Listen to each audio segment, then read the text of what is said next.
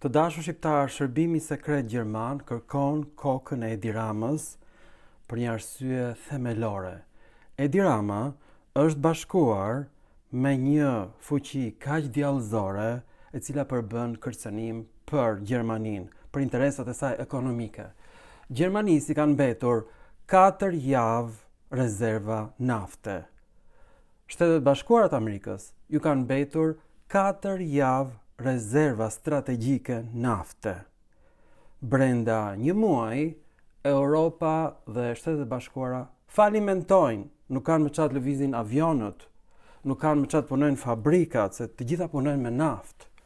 Lëreni ato energjinë diellore, e cila nuk del për të ndezur një cigare. Është gjitha një gënjeshtër. Çdo gjë, e gjithë ekonomia është ndërtuar mbi naftën, sepse produktet e naftës përdoren si nën produkte për fabrikat kimike gjermane, që sundojnë botën, edhe ato japoneze.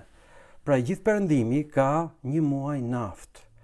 Tani, shkaku pse perëndimi është në gjendje kaq të mjerueshme ekonomike, është sepse njerëzit e shkretëtirës menduan se ndoshta do ta mposhtnin Iranin. Nuk ja arritën dot, e humbën betejën, sepse Kina ju dha iranianëve radar kuantik, të cilët dallojnë lëvizjen e një fluture brenda 5 kilometrave. E përsëris, lëvizjen e një fluture. Ky është, e dini ç'do thoni radar kuantik. Grimcat, kur goditen me reze gama, të gjitha llojet e grimcave ndahen në spinë lart dhe spinë poshtë. Kështu quhet rrotullim i grimcave. Të gjitha grimcat subatomike. Dhe kur di pozicionin spinë të një grimce poshtë, tjetra do të jetë gjithmonë e kundërt, lart. Kjo quhet lidhja në distancë. Është zbuluar nga Albert Einsteini dhe shfrytzuar nga shkencëtarët kinezë për të ndërtuar pikërisht radar kuantik, që shfrytëzojnë lidhjen atomike të dy grimcave që mund të jenë në distancë me njëra tjetrën. Është kaq i saktë sa që dallon lëvizjen e një fluture. Dhe kanë arritur të rrëzojnë kinezët me ndërmjetësinë e iranianëve avionët më të fundit që janë të padukshëm për radarët e tjerë. Pra amerikanët e humbën betejën, nuk e dinin që iranianët ishin të pajisur me kaq pajisje moderne nga kinezët. Iranianët kanë raketa që lëvizin me shpejtësi 12 herë shpejtësia e zërit. Arrin raketa nga Teherani në vend e shkretëtirës brenda 4 minutave. Madje arrin me një shpejtësi kaq të madhe sa që ngjitet në atmosferë, pastaj zbret poshtë dhe nga shpejtësia e madhe fillon të rrotullohet siç rrotullohen plumbat.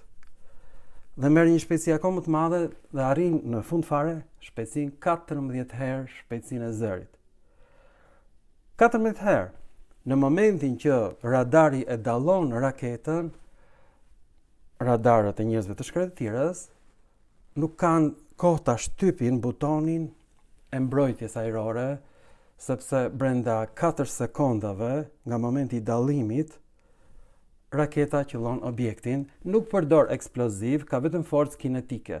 Pra shpejtësi kaq e madhe sa që shkatron çdo gjë në një rrezë 2 kilometra. Është si një bombë e vogël bërthamore. Shkatron çdo gjë.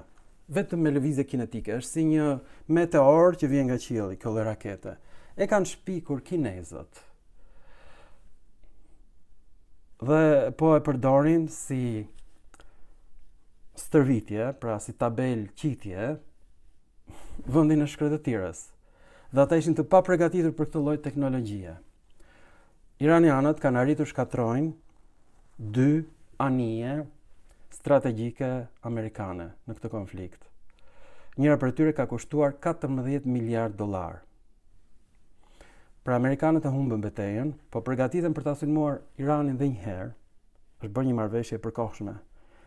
Është bërë marrëveshje e përkohshme sepse perëndimi ka kapitulluar, nuk ka naftë. Pra do plasi brenda 4 javësh krizë botërore. Po ashtu në ngushticën e Hormuzit kalon 90% e të gjitha produkteve të ndryshme kimike, përfshirë plehrat kimike artificiale që janë të domosdoshme për të sjellë azot në tokë. Pa këto plehra kimike nuk ka mbjellje. Meqense nuk ka mbjellje, do të ketë uri botërore brenda vitit, sepse nuk ka mbjellje, nuk ka plehra kimike që vinin nga gryka e Hormuzit. Harroni naftën. Tani Kina është përgatitur për këtë moment, ka ndërtuar centrale bërthamore me një shpejtësi të hatashme në shkretirën e Gobit. Pra Kina është përgatitur për këtë konflikt për më shumë se 5 vjetët e fundit. Edhe Irani pra është përgatitur shumë. Në përmale kanë hapur tunele dhe aty kanë fshërë të gjitha raketat e tyre. Janë të pashkatrueshme. Pra, Shtetet Bashkuara kanë kapitulluar. Gjermania po kapitullon, nuk ka naftë. Dhe janë shumë të zemëruar të gjithë me njerëzit e shkretirës që shkaktuan këtë kataklizëm. Dhe Edi Rama është bërë mik me njerëzit e shkretirës dhe do t'u japi Shqipërinë atyre që ta përdorin si bazë të dytë, ndërkohë që vendi i tyre do sulmohet pra me armë të shkatrimit të masë nga Irani. Pra dhe ne tani do bëhemi tabelqitje. Arrin raketat deri në Londër, raketat iraniane. Dhe nuk mbahen dot. Lëvizin nga 12 deri në 14 herë shpejtësinë e zërit. Nuk ka mundësi që të qellohen. Nuk ka objekt më të shpejtë se ato. Prandaj, Edi Rama, që nuk ka asnjë dron për të shuar zjarret, që do fillojnë zjarret brenda 4 javësh në Shqipëri, ai nuk po përgatitet për të shuar zjarret, për të mbrojtur pulat, kecat edhe delet, nuk ka asnjë tank, nuk ka asnjë avion, nuk ka një dron për të shuar pra pikërisht flakët e verës, dhe kjo do të jetë vera më e nxehtë e shekullit. Dhe ai është bërë mik me njerëz të shkretirës dhe ju ka falur Sazanin, Zvërnesin dhe dal nga dal të gjithë Bregdetin do ja falte atyre, edhe Malet do ja falte të gjithë Shqipërinë. Dhe ka deklaruar në intervistat e tyre në vendin e njerëzve të shkretirës që toka nuk është e shqiptarëve, vetëm për faktin që ne në Shqipëri nuk kemi toponime shqiptare, por kemi toponime të vendosura nga ilirët dhe të marra nga Iliada 20% dhe 80% nga vepra Odiseas. Këto janë toponimet të gjetura në Kroaci, Maltëzi, Shqipëri, Dardani dhe Maqedoni. Ju betohem. Këtë kanë bërë si zbulim Akademia e Chicagos, e Pensilvanisë dhe Ohio's. Dhe do gjeni aty të gjitha emërtimet ilire. Vijnë nga Iliada dhe nga Odisea. Dhe për këtë arsye, të cilat këto toponime hiqen që nesër, Edi Rama i ka 83 kartona. Akademia e Shqipërisë nuk funksionon. Ruan në gjirën e saj 224.000 pllaka greke që i quhen ilire. Janë gjitha greke. Që të gjitha. Edhe qytetet e lashta ilire ishin të gjitha greke sepse ilirët ishin grek. Ishin një racë tjetër greke nga zona e Thivës. Prandaj vinin ilirët. Dhe kanë pushtuar të gjithë gatishullin ilirik, përfshi edhe Dardanin. Edhe Kroacin, edhe Bosnjën, edhe Serbinë e sotshme, edhe Malin e Zi, edhe Shqipërinë. E kanë pushtuar të gjitha grekët, të gjitha qytetet e lashta të bukura tona janë qytete greke, por me emër vetëm, se kanë qenë koloni greke, por ju përkasin shqiptarëve. Megjithatë Edi Rama thotë që kjo tokë nuk i përket shqiptarëve. Ore thjesht mund të heqë këto toponime nesër me vendim të parlamentit ose të akademisë që nuk funksionon dhe Shqipëria shpëton. Pra, Edi Ramën duan ta heqin, sepse ai po bëhet rrezik për Europën. Mos përmendim kartelet e miellit të bardhë, të cilat janë kaq rrezik për Europën, saqë në konsultimet e fundit midis Gjermanisë dhe Francës është hedhur ideja e krijimit të një rrypi toke që të mbrohet Europa nga mielli i bardhë që po vjen nga kartelet e Meksikës. Pra, do na marrin Bregdetin gjithsesi, ose do na marrin Bregdetin Gjermania dhe Franca për ta mbrojtur Europën nga hyrja e miellit të bardhë në mënyrë të paligjshme, ose për të mbrojtur zonat rrezikuara të flamingove.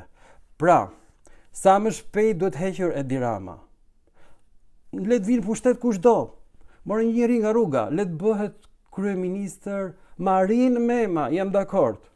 Le të bëhet presidente Elena Kocaçi, jam dakord. Edhe një portier hoteli, edhe një pastruese hoteli, le të bëhet kryeministre, presidente, që të shpëtojë Shqipëria, sepse duhet hequr Edi Rama, por ju duhet ta hiqni pa luftë, sepse po u përgjak Shqipëria, kjo do të ishte humbja e Shqipërisë. Nuk e fitojmë më këtë radhë. Do humbim një herë për gjithmonë dhe dini kush e do Shqipërinë? Austria, sepse nuk ka dalje në det. Kjo ka qenë ëndra e Austrisë. Prandaj kujdesu ka shumë për gjuhën shqipe, Austria, e kuptoni? Dhe na gënjente në Austria për ilirët, të cilët ishin grek. Na thoshin ishin gjyshurit tuaj. Rezulton, pra, që të gjitha qytetet ilire janë greke. Austriakët thoshin janë shqiptare, s'është e vërtet. Pra, Edi Rama duhet hequr me një herë, le të vjet kushdo, s'ka rëndësi vetëm ai mos sit aty. Ju falenderit dhe le ta shpëtojmë së bashku Shqipërinë.